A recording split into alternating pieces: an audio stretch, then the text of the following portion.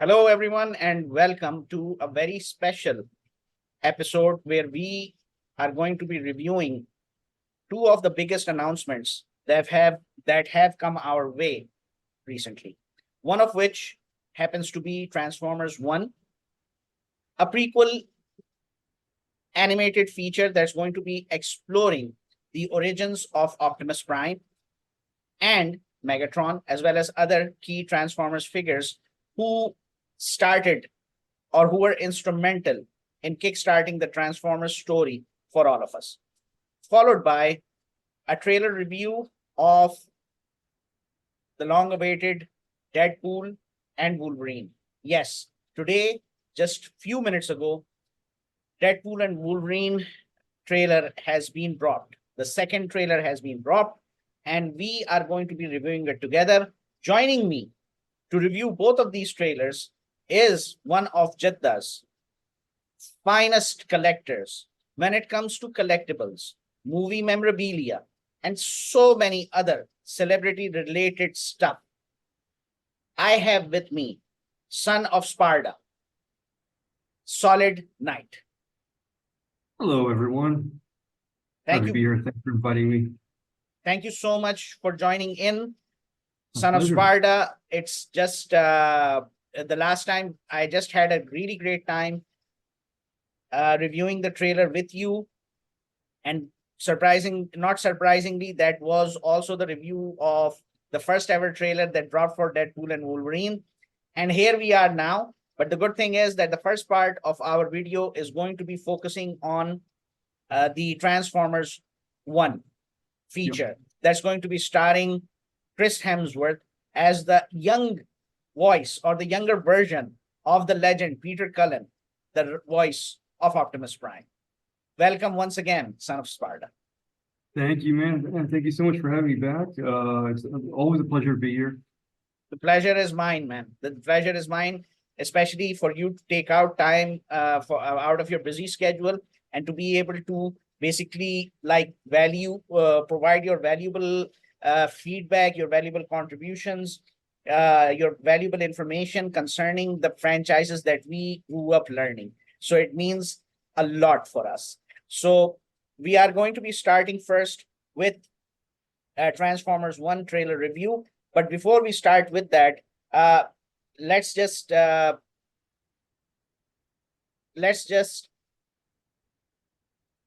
see what kind of a surprise Son of Sparda has for us.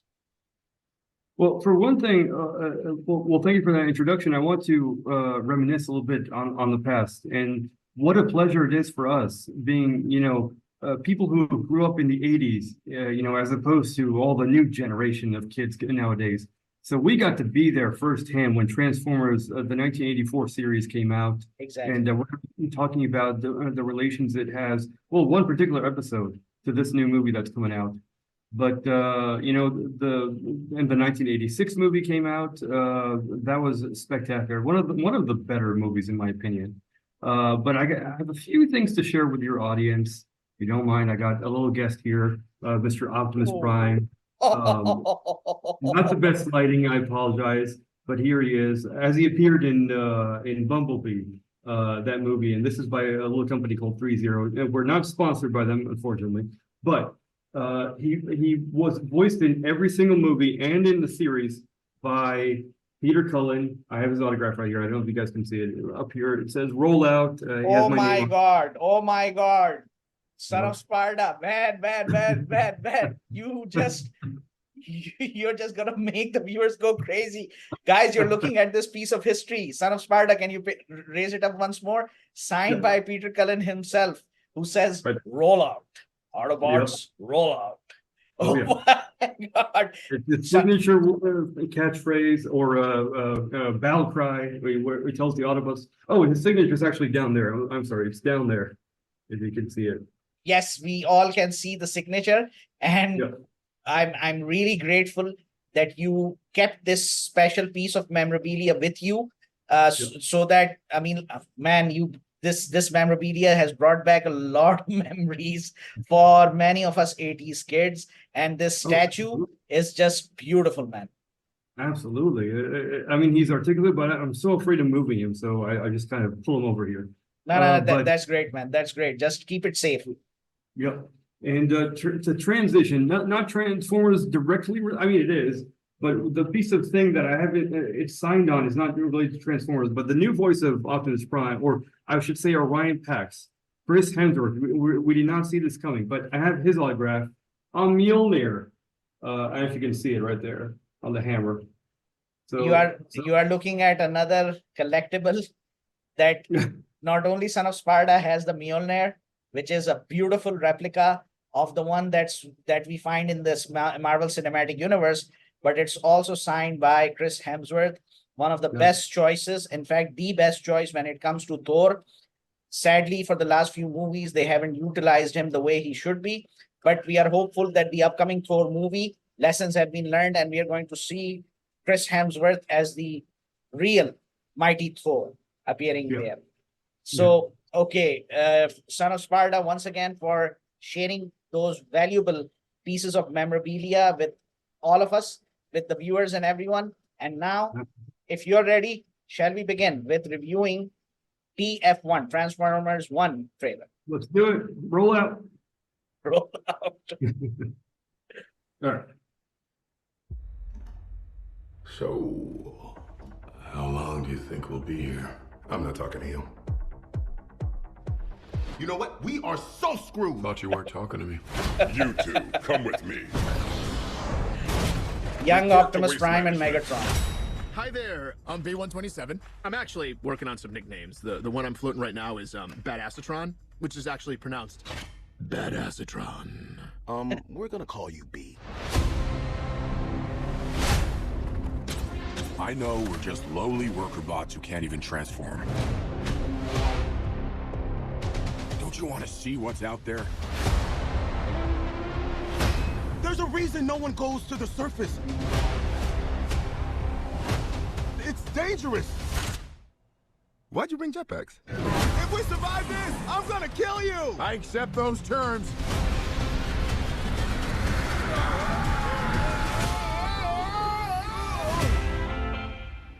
The surface. It's beautiful.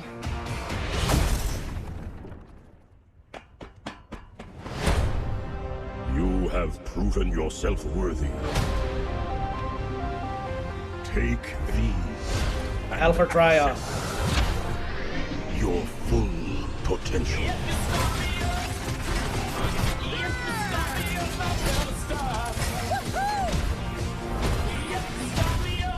It's time to show them we are more than meets the eye. We can transform now! On three. One.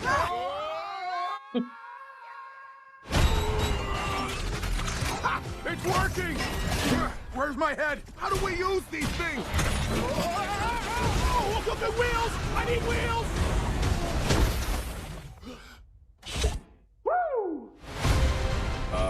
Guys, that's not good. We've got these powers for a reason. Let's use them. We stand here together as one. Whoa! I got a battle mask! It appeared with this guy. Knife hands? I have knife hands! I can see that.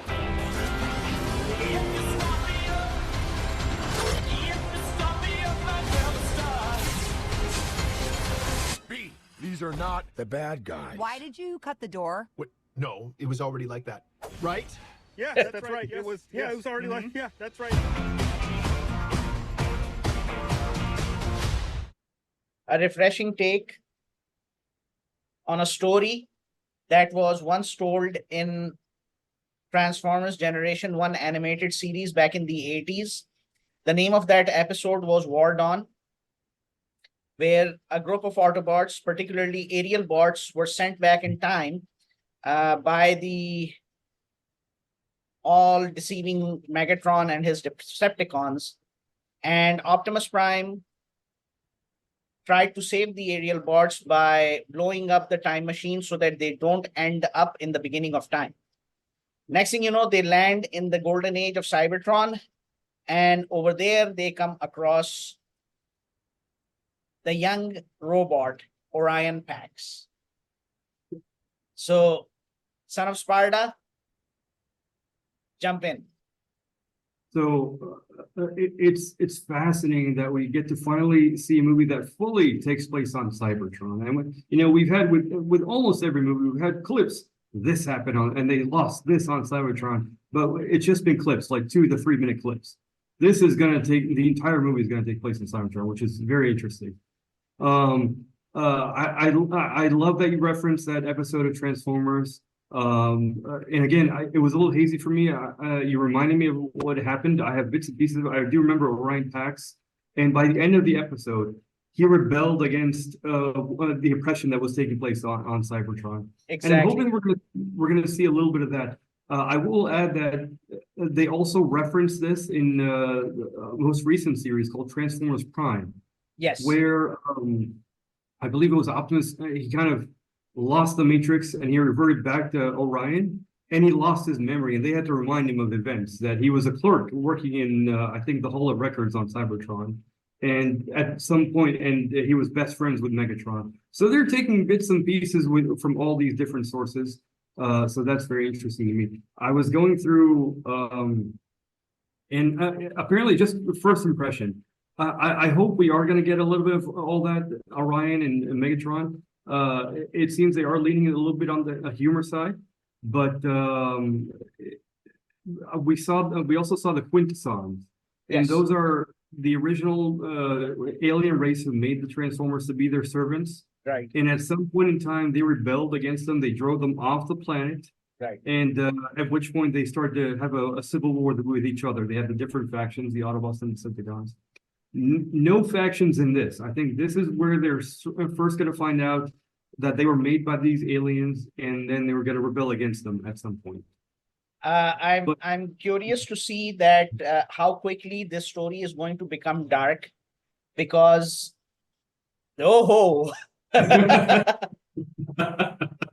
Dark is drinking out of Optimus's head.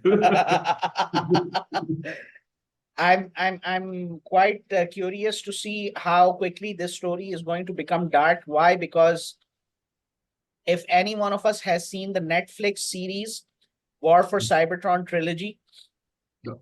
they constantly reference that how Optimus Prime, Megatron, and Ultra Magnus were fighting once on the same side, only to become bitter enemies.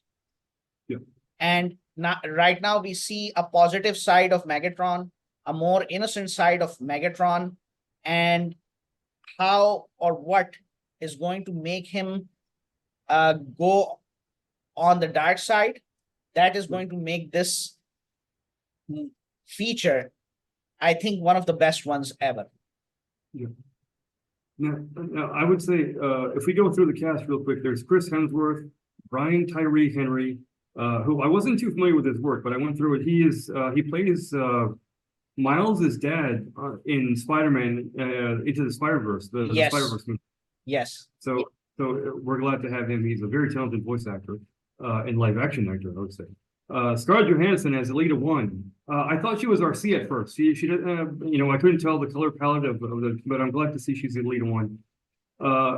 Keegan Michael Key as B-127, who eventually becomes Bumblebee. Yes. Ham has that small role in the trailer as Sentinel Prime, who, Sentinel Prime is supposed to have a much bigger role, so hopefully later on. The great Lawrence Fishburne, Morpheus from the Matrix movies, Yes. as Alpha Trion. And here's the interesting part to me. Steve Buscemi in an unnamed role. I'm hoping, and I'll ask you who you think it is. I'm hoping it's Starscream.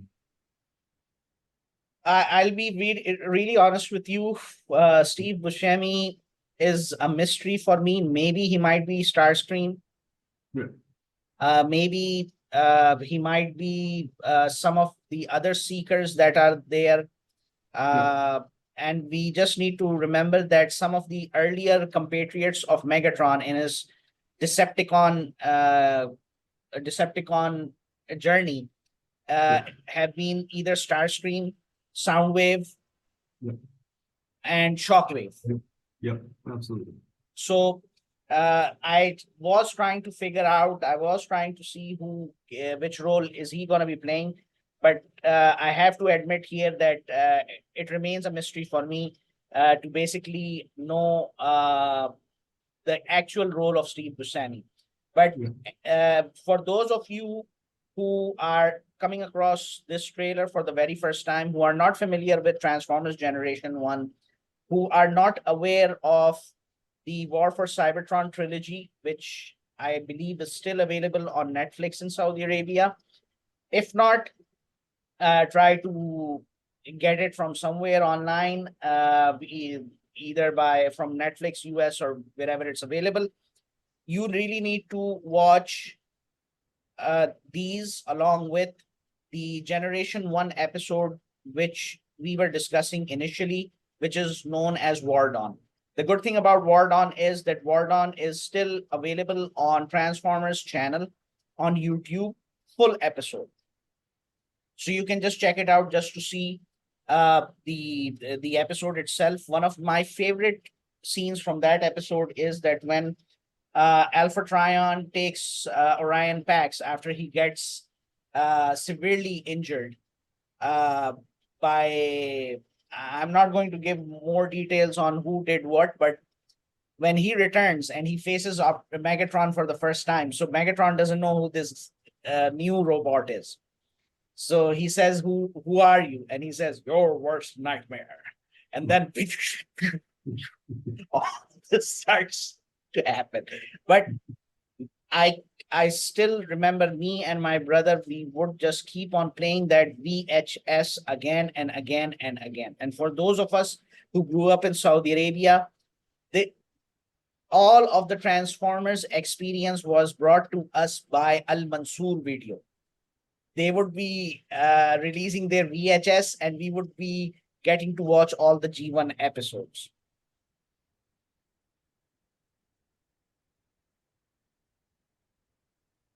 Son of Sparda? Yep, absolutely, man. I around that time I was living in the States, and I got to, I think I got to see the movie in theater, the 1986 movie, and I was watching the series, and I had some of the toys. I tried to collect as much as I could as a kid.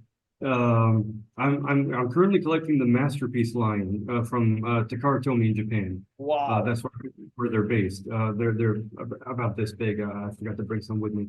But they're as close as you can get to actually having something that looks very on-screen accurate to the series.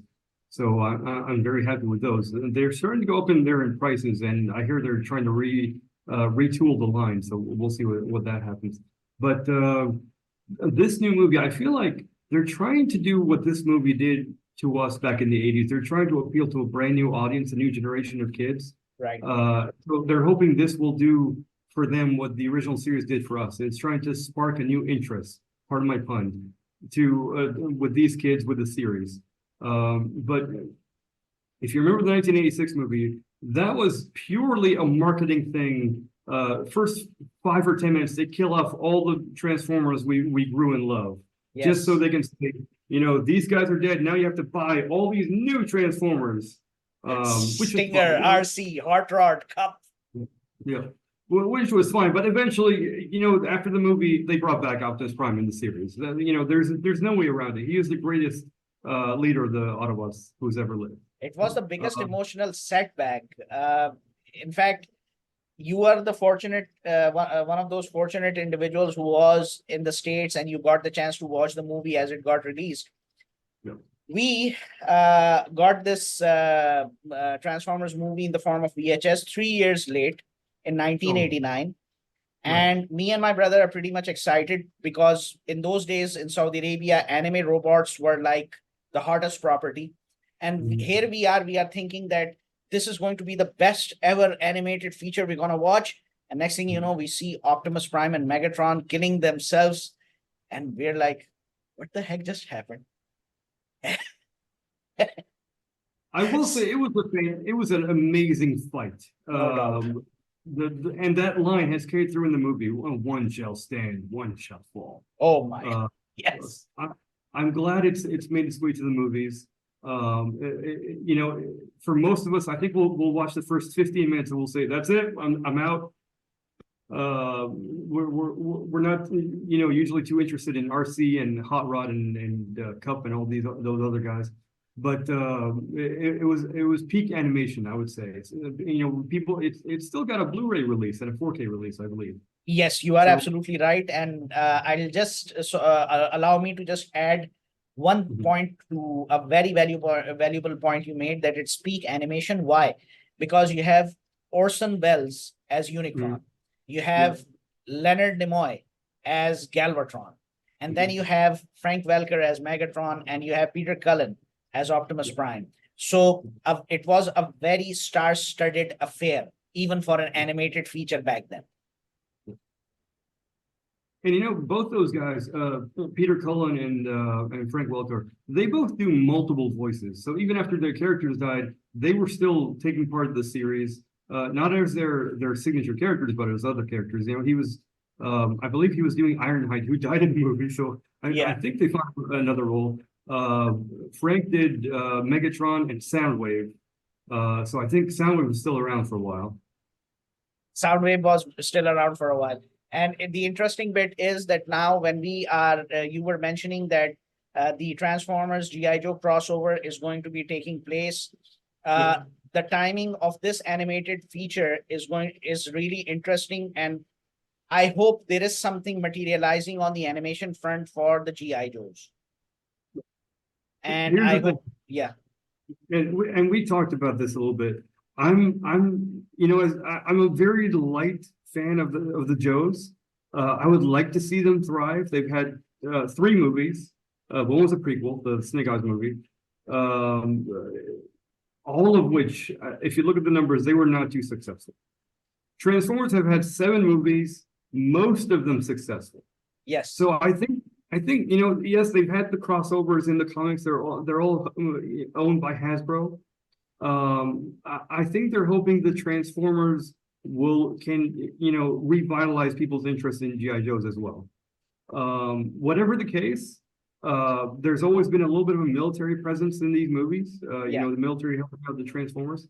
So I think it's a fitting meld of the 2 franchises. Yeah. I just want them to do it well because you know, for a long time we had the Bay movies, and those were, you know, hit or miss for a very long. I hope they remain true to the Marvel legacy of G.I. Joe and Transformers, because that is the reason why these franchises became what they are now. A lot of people might not know that Marvel was hired by the marketing agency for Hasbro to basically provide a resonating story that would get the kids excited to buy not only the comics, but also the toys. Primarily, it's been about buying the toys. And Marvel editor Dennis O'Neil, who is also famous for some of the greatest works ever for Batman at DC Comics, he was the one who came up with the name Optimus Prime. So that's how important Marvel's role has been. So, Son of Sparda, just what do you have to say on the Marvel legacy bit of these 2 franchises? Well, I'll say there's a little documentary on Netflix called The Toys That Made Us. Yes. And even if you're not necessarily a toy collector, it's a fascinating documentary. They're in episodes, or 1 episode per franchise. So the one on Transformers is very interesting. And they say, of course, before the series, it was solely a toy line that came from Japan. Exactly. And what's funny about that is that we talk about Optimus and Megatron being friends. Initially, Megatron was meant to be the leader. And then in the marketing, they said, how can we market a leader who turns into a gun? Right. And eventually they had to work some way around it, and they said, well, okay, we're going to do the truck thing. How are we going to market this? And that's how the cartoon was made.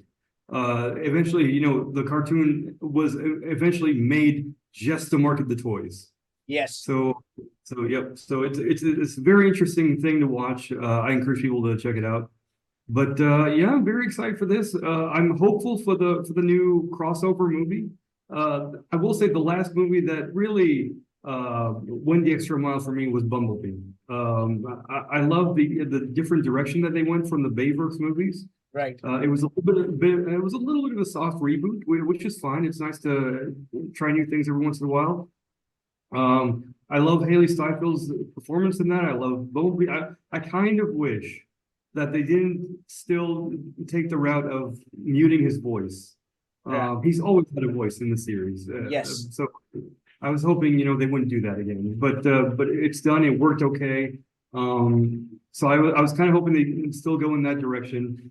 They did not. The last movie was still enjoyable. I enjoyed it very much. But the movies, I feel the ones that worked have heart, and the Bumblebee movie did. I feel like even the '86 movie had a little bit of heart.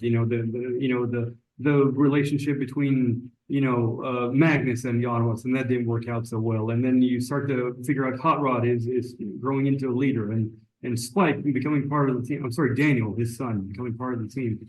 So there was a lot of interconnected relations going on. So I really enjoyed that. So yeah, I'm very excited about the future and things to come. So hopefully we get to see some very exciting things from Hasbro and Marvel and their merging franchises and their toys and their series and yeah, lots to come.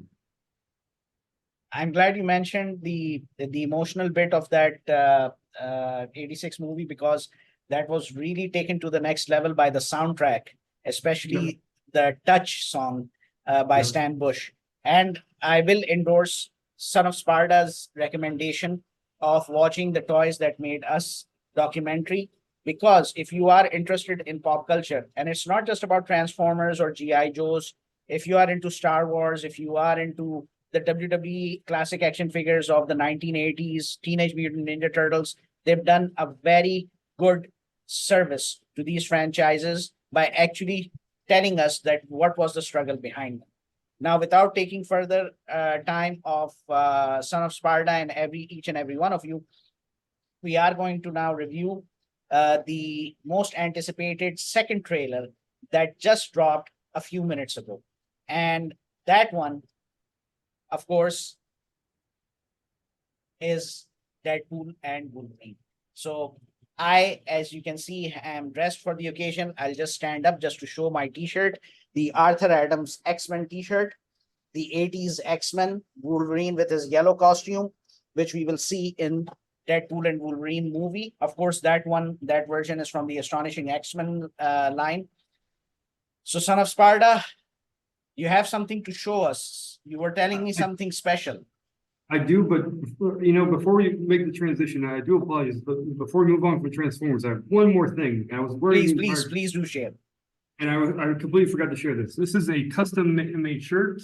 I didn't commission it, but it was sold by a company that makes custom T-shirts.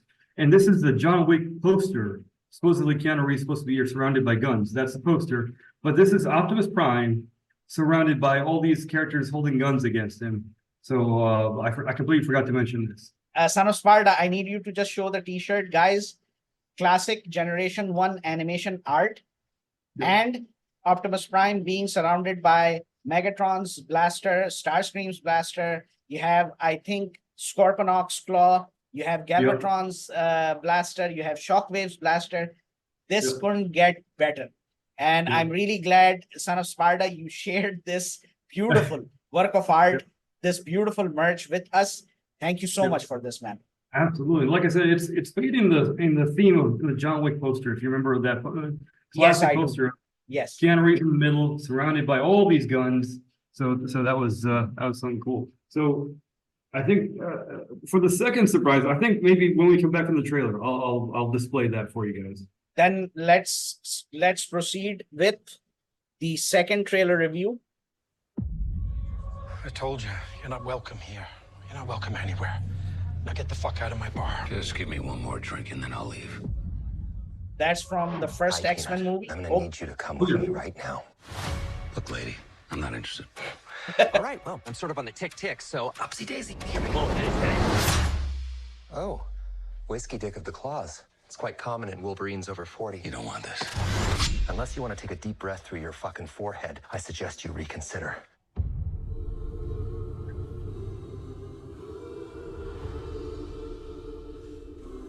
I'm about to lose everything that I've ever cared about. Not my fucking problem. Is that what you said when your world went to shit? I think that's a reference to Logan. Come again. Movie. This Wolverine let down his entire world.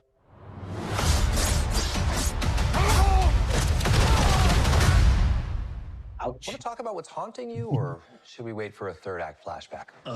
Go fuck yourself.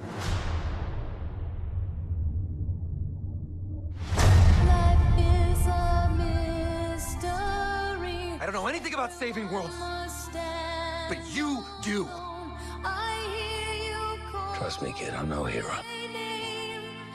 You were an X-Man. You were the X-Man.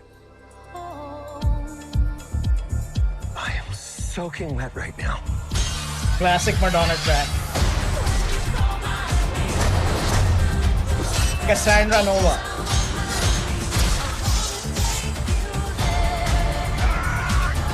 Boys are so silly. This is what I'm talking about. Big slow motion action sequence. Who knows if you live or die? Let's fucking go. Let's fucking go. That's the endgame portal. Want to do some cocaine? Hey, cocaine is the one thing that Feige said is off limits. What about Bolivian marching They powder? know all the slang terms. They have a list. Even snowboarding? Even disco dust. White girl interrupted? Even Forrest Bump. Do you want to build a snowman? Yes.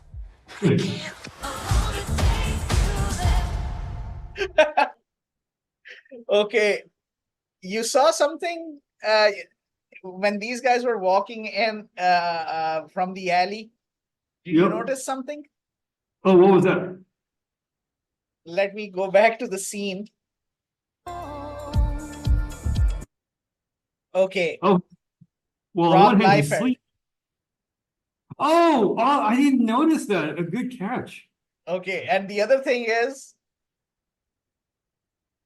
just a second. Yeah. Liefeld's just feet. You know what's the reference here? What's that? A lot of people who hate Rob Liefeld's art, for those of you who are not aware of who Rob Liefeld is, he is the co-creator of Deadpool and X-Force. So the biggest criticism he faces from his haters is that he doesn't know how to draw feet. So that's why they made this. But guys, Son of Sparda, you just surprised us with this one heck of a mask. Okay. I have. Son of Sparda, can you just like move a little bit up so that people can see your mask? Yeah, that's good. That's good. That's perfect. That's perfect. Wow. Wow, man, this is like legit. This is legit mask. So that's one bit. Now, I am curious to know that when the TVA says that this Wolverine let oh yes, summer is back in Jeddah, baby. Oh no, in that mask. Okay, so when he says about his last act, and when he says that this Wolverine has, how should I say, abandoned. So they reference that this is a sort of a multiversal type movie. Yes. They're saying this is one of many Wolverines, but this one in particular has destroyed or failed his universe. I can't remember Yes, what the line was. exactly, exactly. Yep. So are they referencing to Days of the Future Past Wolverine, or are they referencing to the X-Men 3, The Last Stand, or is it Logan? Well, here's the thing. They clearly said in several, I think when they first announced the movies, right? When Ryan Reynolds said, this is prior to Logan. This takes place way before Logan. Logan takes place in 2029, I believe. Right. So this is way before then. I think this is somewhere before, I want to say, let's say after Days of Future Past. I think that was the last time we saw Wolverine with the X-Men. I don't think we saw him any time after, right? Like, I think we he- saw Logan after Days of the Future Past, because there there's was just Logan- yeah, sorry, Mhm. continue. Oh, there was a cameo, I think, in Apocalypse, Yes, but there was a that, cameo in Apocalypse. but that took place way before, like in the timeline. Exactly. So I think this is our Wolverine, but at the same time, it appears that maybe something's happened to him. You know, he's got this brand new costume that we've been dying to see Hugh Jackman wear, the yellow spandex. You know, we've had the joke since the very first X-Men movie. He's finally wearing it. During CinemaCon, people were giving cups with him in the mask. So hopefully we're going to get the full-on costume, Wolverine and Deadpool, or rather Deadpool and Wolverine. They're arguing about which title to keep, those two actors. But it's really fantastic to see him after he said it's the last time, you know, on social media after Logan. It's great to see him back. He's in full Wolverine mode. He's buffed up again. You know, every time before going into these movies, he goes into this insane exercise routine. Yes. And clearly he wanted to show it off. This is the first time we've seen him without sleeves on. Yeah. In the trailers. And you know, I was kind of hoping, just for the sake of being comic book accurate, because in the comics and in the cartoons, he is sleeveless. Yeah. So not to be, you know, fashion experts, but that's the Wolverine we want. We don't want to see sleeves on Wolverine. Exactly. And the other bit is, the reason I was referencing Logan is, you see this scene where he seems pretty triggered by what Deadpool has said. Yeah. I think because Deadpool is traveling back and forth in time. So he has seen the 2029 version, and now he's when he comes back to a specific point in the timeline, he makes a reference of that, and that somehow triggers. So possible, but nevertheless, the TVA bit is quite crucial, and I think the points that you have made are quite important. Yeah. That basically this is going to be the our Wolverine from Days of the Future Past, because that was, I think, the in fact, that was actually the time when Wolverine jumped between timelines. Yeah. So absolutely. This is like, okay, let me just stop sharing the screen and let's continue with our thoughts. So, Son of Sparda, please go ahead. So it's a little crazy to me that I don't know if this was meant to be the concept of it, but do you remember the end credit scene from the last Deadpool movie? I think maybe it was just meant as a joke, where Deadpool fixes Cable's little time travel thing, and he starts to go back and forth in time, and he kills Ryan Reynolds. And he meets Wolverine in the origin movie story. Right. And he tells him, you know, they're going to ask you to hang up your claws, but someday your old pal Wade is going to come back and ask you to come back. Just say yes. And they played that audio clip in last night's teaser. Yes. There's a little So it's just crazy to me that, you know, it was maybe a joke, and they said, no, let's go with that. That's going to be the theme of the next movie. So, you know, they've been hinting to a team up for years now, since the very first Deadpool, and it's finally happened. You know, these two, I don't think we've seen them on screen together, Ryan Reynolds and Hugh Jackman, since that origin movie. So it's just magic, because they've been friends for years, and they've been trying to do something together for years. So I'm glad it's like the two characters reincarnated in actual life, and now on actual screen for the first time ever since then. So I'm hoping they'll do us right, because, you know, that origin movie was not the greatest. Yeah. It could have been great, but they did so many things wrong. The first of which was to sew Deadpool's mouth shut. You know, the mark with the mouth. That's what we call it. The mouth, yes.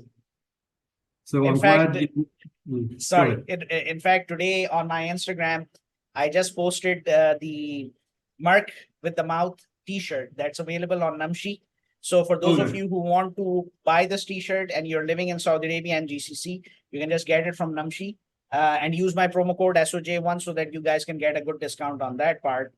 The other thing I just wanted to highlight for the community here is that if you're looking for a merch that I have designed in honor of this or in celebration of this movie, you can check out my Patreon. I've just uploaded a self-designed T-shirt for Wolverine. And there's also another T-shirt I've designed, which is available on my Teespring store on YouTube. So do check those out. And if you guys like them, please buy them and share spread the positive word of mouth.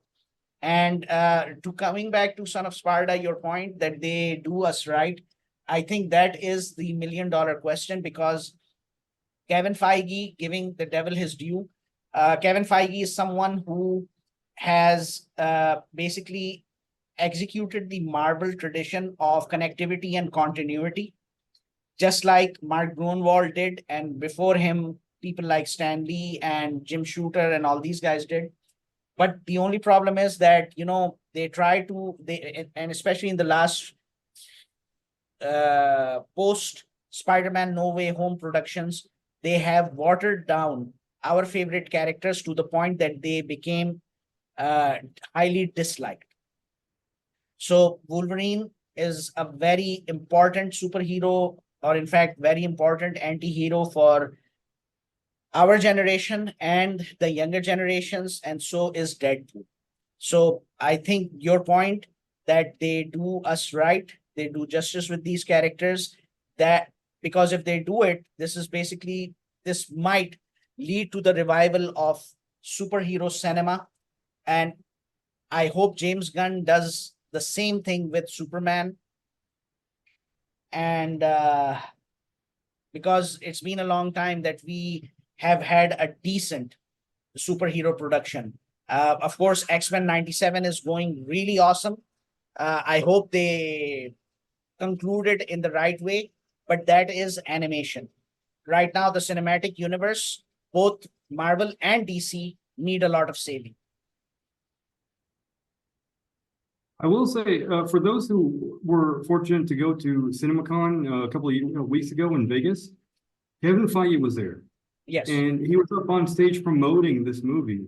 And for the first time ever, people said that he was cursing left and right. People had never heard him curse before. Yes. And he was saying, we are not holding back with this movie. We're going to use all the F-bombs, all the curse words. He's going to curse, against Disney and Fox and Marvel and everyone. He's not going to hold back.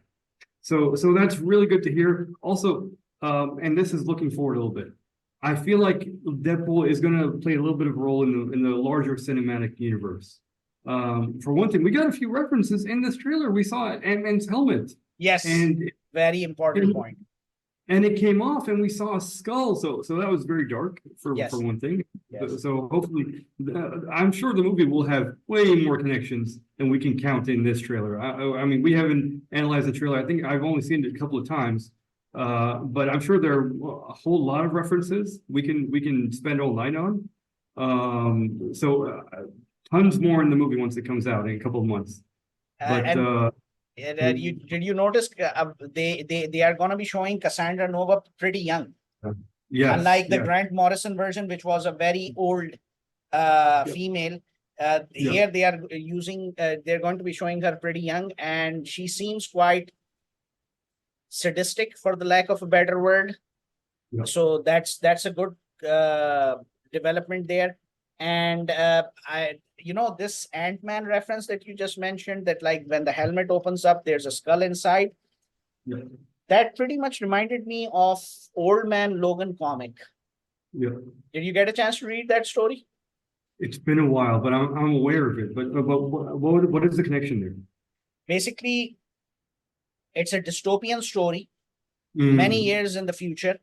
In fact, that story also inspired Logan. Yes, absolutely. So what happened was that this is a distant future where Wolverine and Hawkeye and Hulk are the only survivors in this dystopian future from the side of heroes. So because he had to pay debts, America has fallen, and it has fallen to the major supervillains So Wolverine has to basically pay debt to his feudal lord in order to save his farm and his family. So they have to arrange the money by traveling cross country. And while they are doing that, they come across the relics of various Marvel superheroes, and a lot of them were like shown dead, their skulls, or like in the case of Thor, a Mjolnir is there in somewhere in Oklahoma, and people are actually worshiping the Mjolnir so that Thor could return, for example. It's a very dark story, and I highly recommend everyone who hasn't read that they do read it, because this is the story that actually gave us the Logan movie, that inspired the Logan movie, and the Ant-Man reference that we came across. I mean, that pretty much took me back to 2008. Yeah.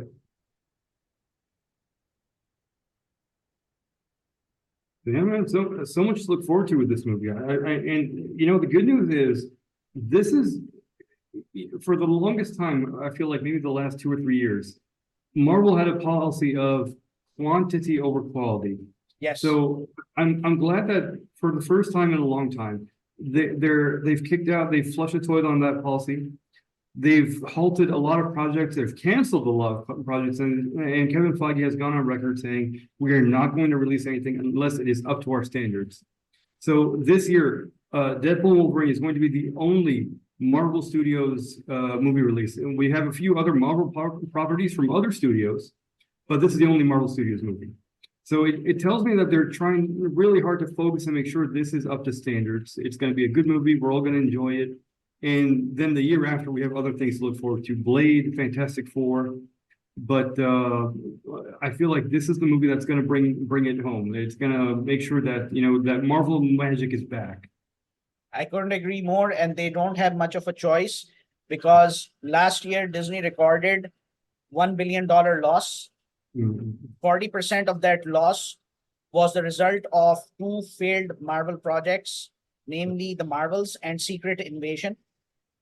So Bob Iger is quite keen to prove the board of directors wrong. There was a very serious battle which he survived.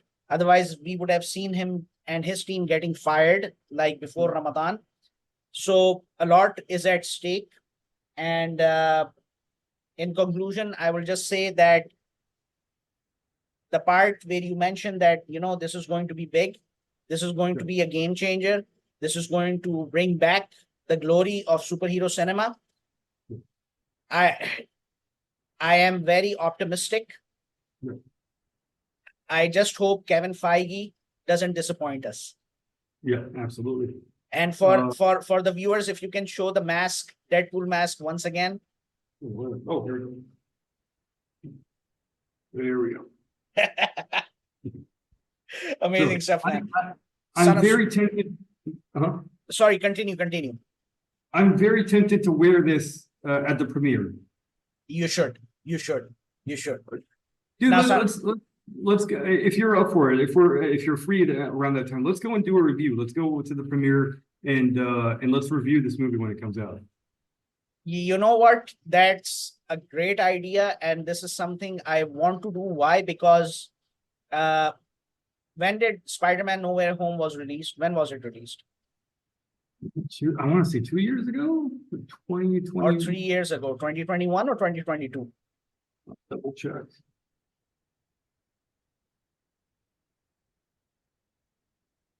Oh, you go ahead with your point until I look up the. Okay. So basically, like I really want to have that experience of watching a great movie in the cinema, and if we go together and we are reviewing it, so imagine it's been almost 3 years since we had a blockbuster hit. Yeah. Amazing. Son of Sparda, I leave you with this final word. Oh, my final word. Nothing much other than I hope the hype is real for this movie. I hope everyone who's looking forward to it to go see it.